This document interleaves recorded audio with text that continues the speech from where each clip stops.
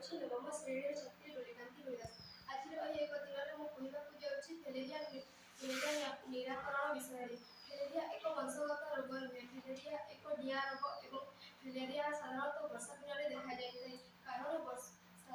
କାରଣ ବର୍ଷା ଦିନରେ ଅନେକ ସ୍ଥାନରେ ପାଣି ଭର୍ତ୍ତି ହୋଇ ରହିଥାଏ ଏବଂ ଆମେମାନେ ଜାଣିଅଛୁ ଯେ ମଶାମାନେ ପାଣିରେ ଅଣ୍ଡା ଦିଅନ୍ତି ଏବଂ ମଶାମାନଙ୍କର ଅଣ୍ଡା ଗୁଡ଼ିକ ଥରଟିରେ ଅଣ୍ଡା ଦେବାରେ ଅଧିକରୁ ଅଧିକ ଅଣ୍ଡା ଦେଇଥାନ୍ତି ଏବଂ ଏହି ମଶା ଗୁଡ଼ିକ ଖୁବ୍ କମ୍ ସମୟରେ ମଶାରେ ଜାତ ହୋଇଯାନ୍ତି। ହାତ ଗୋଡ଼ ଓ ପାଦ ଫୁଲି ଗଦର ହେଲେ ଆମେ କହିଥାଉ ଯେ ଫିଲେରିଆ ହୋଇଛି ବୋଲି।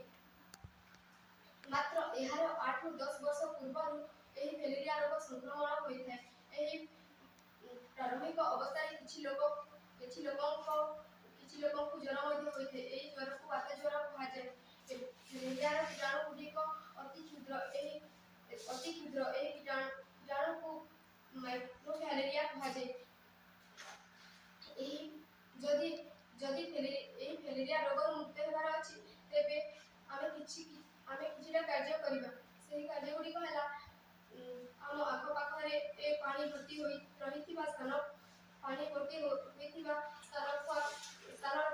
ଆମେ ନିଷ୍କାସନ କରିବା ଏବଂ ସେଥିରେ ଅଣ୍ଡା ହେବାକୁ ଦେବା ନାହିଁ ଏବଂ ଅଣ୍ଡା ଗୁଡ଼ିକୁ ନଷ୍ଟ କରିବା ଏବଂ ନିୟମିତ ଭାବରେ ଶୋଇଲା